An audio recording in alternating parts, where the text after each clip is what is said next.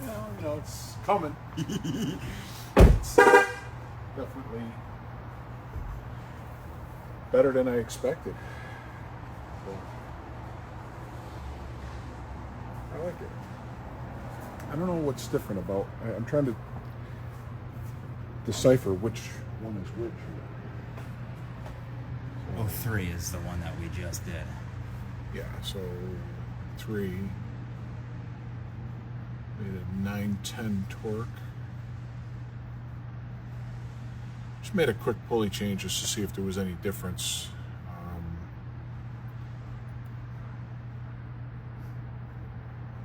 I can't tell which one's which. Grid? Hit the grid or No, click cancel. cancel? Press F12. F12? There you go. Now we got color coding. Oh, okay. So made a little bit less on this last pull. It's back to back too. Getting hot. Well, I don't think so. I don't think so. I mean, it's been very consistent. You didn't pull the data from the other file into this one? No, it is the last one that was still under the El Camino before the file change got made. Yeah. So if you go to add, Yeah. and then go back here, Yeah. go to Joe's, number 7. Yeah. Yeah. It's repeating very, very well. And that may be just how I'm rolling into it too. You know, the big difference on how I roll into it. But I mean, if you go from 3400 and up, they're almost identical every single stacked. one. And so we've got 855 horsepower and 916 pounds of torque on 12.5 pounds of boost. How much E do you have in it? E78. Okay. Yeah. So it's a pretty good combination because it's a pretty low boost number to make that kind of power. How are the pumping and injectors at that percentage of E? I got a lot of room. I got a lot of room. Do you think that's because of the ported blower? The fact that it's a ported stock instead of a 2650? Well, I think Joker's did a phenomenal job porting this thing. This is his, as far as I know, this is his newest port program for this blower. At least a year ago when I had it done. I don't know if he's done something since, but this is a Joker's ported blower. The cylinder heads are CNC ported by Carlquist Competition Engines over in Oakville. They did a nice job on those. And other than that, it's, you know, it's got our Terminator cam in it. Let me say this, it started as a crate engine. This was a complete LT4 turnkey crate engine. I had it in stock. So yeah, let's play with one. You know, so I took the blower off, I sent it out to Joker's, I had it ported. I pulled the heads off, I sent them out to Carlquist, had them ported. 3-angle valve job and all that. And then we put my Terminator cam in it, and then, I mean, a lot of new stuff was hitting the market. So TSP came out with their DOD delete covers, VVT delete covers, and the DOD delete valley plate. So we put both of those on there. Obviously, it got a Katech oil pump. It got the new Texas Speed chain damper. Yeah, which is cool. Really nice piece. Yeah. It's got an ATI super damper on it. It has a DSX 965 on the bottom, stock pulley on top. So that's just a stock GM pulley on top. We just did everything with the bottom pulley. You know, I could put a 10-inch pulley on it now that I know where I am. See what it'll do. The charge temperatures are amazingly good. Awesome. And I think it's, you know, that plays into the efficiency of what Joker's has done with the porting. It really helped out because I've seen some skyrocketing charge temperatures on stock blowers when they're spun up, you know, and it's awful. It's like I won't even put a pulley on them. Yeah. I will not put a pulley on a stock blower. We'll see these cars come in with, you know, long tubes, flex fuel, an intake, and a pulley, and the IATs just skyrocket. Yeah. It's nice to hear that. What kills it, because the blower is inefficient at that blower speed. This blower is efficient at that blower speed. So that's the technology that Joker's Performance has a good handle on.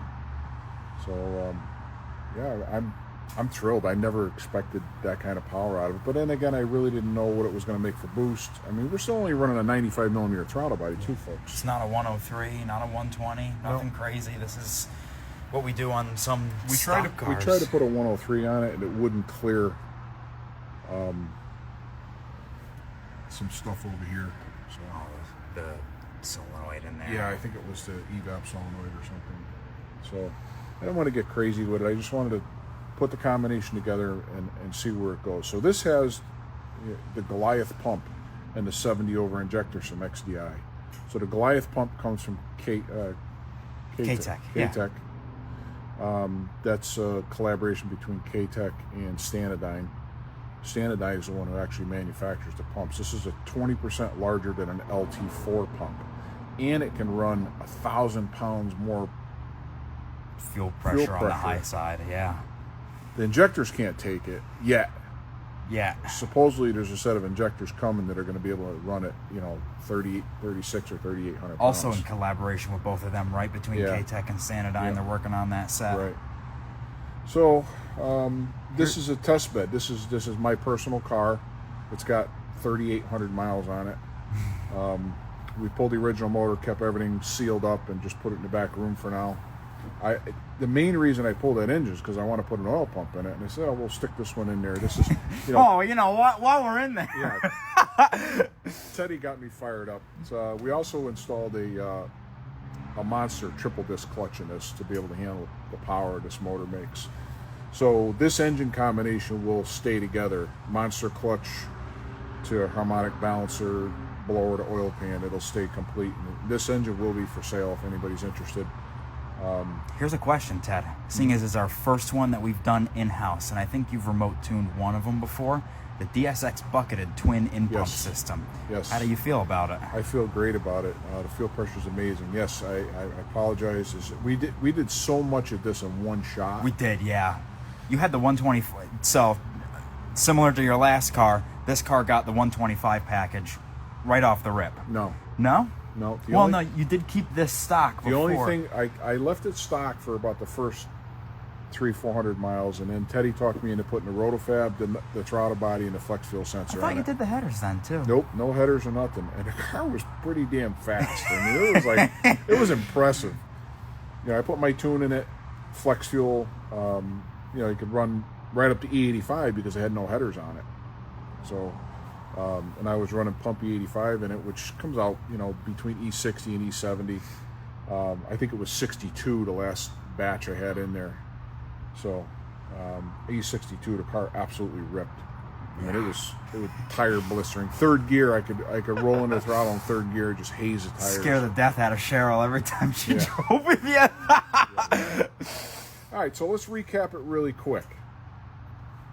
Stock GM LT4. The ATI super damper, Katech oil pump, Katech timing chain, Texas speed, chain damper, and VVT delete cover. Texas speed, DOD delete cover. So we get rid of all the solenoids. Joker's performance, CNC ported blower. Carlquist competition engines, CNC ported cylinder heads. Stock short block, the Terminator camshaft package, which is our Terminator rough idle blower cam, 3/8 push rods, LS7 lifters, the trunnion kit, the Texas speed valve springs, retainers, lock seals, triangle valve job, monster clutch, Goliath pump, 70 over injectors, the DSX twin drop-in fuel pump in the tank with their additional controller. What a really, really well engineered system that is. It's man. super That thing cool. is just How's the it's feedback? so OEM like. How does the feedback in the computer look with It's data doing logging? exactly what it's supposed to do. It's requesting 450 kPa fuel pressure, and it stays there. It's getting it. Yeah, it stays there. And we're, I think I'm about 4.4 milliseconds of opening time on the injectors. Wow. Yeah, you got room. So I got a lot of room there. The injector pump, I got to look. I didn't even look at the injector duration. It's got like 100 degrees of duration on the pump. No, I don't think so. Oh, wow. Uh, Pump duration, I see 89 degrees. Yep. Wow. So, and that's, it wavers a little bit, but it Hovering around there. Average, it's in the mid 80s. So a lot of room there because you go up to 130 degrees. Yeah. Oh, I'm sorry. I put more fuel in it, so we're 4.89 on the, and that is on E79.6. So, yeah, 4.89 milliseconds, and that's at peak torque. So it falls off after that and before that. We're 192 kPa, so maybe about 13 pounds of boost. Let me just go in there and look at my little conversion chart. I don't remember it off the top of my head. I'm not going to try guessing. The camera math will get me. Yeah, I keep a little chart handy on my desktop. And 190 kp, 13.2 pounds of boost. So we picked up a little bit with that pulley. Went from a 955 to a 965 because that's all I had here. Pretty good power for a low boost. I'm impressed. Nice combination. This is really the first time that we've been able to test all of the newer stuff that we keep seeing come out in one specific car, which is really nice to see. We did a Goliath pump with 30 over injectors, worked out really good. I've got a Goliath pump with 65 over injectors. That worked out really good. I think we made a little over 1,000 on E80. Then I've got, of course, we've got a lot of experience with the XDI system with the twin pumps. We've made, 1142. Yeah. One of those, and still had we're out of injector at that point. So if we had the 70 over injectors at that time, we probably could have pushed it a little bit more. We're going to be doing a DSX port system. We got all parts here now, going on the other blue Camaro. So we'll be doing that pretty soon. And the data looks fantastic, That the low side fuel pressure is doing exactly what it's supposed to do, Like when it's calling for 450, it's 450. When it's calling for 500, it's 500, It's not falling at all. It's pretty tabletop, So I like it. I got to study the data some more, guys, but I just want to give you a quick overview of what's going on here. Playing with my own car for once, which is extremely rare. I normally don't get to do this, but we are coming up on the end of the year, and we wanted to do that. So at the top of the pole, we're 187. Yeah, so we're right about 13 pounds. Looks like. We were about 12.5 with the other pulley. This one made it about 13.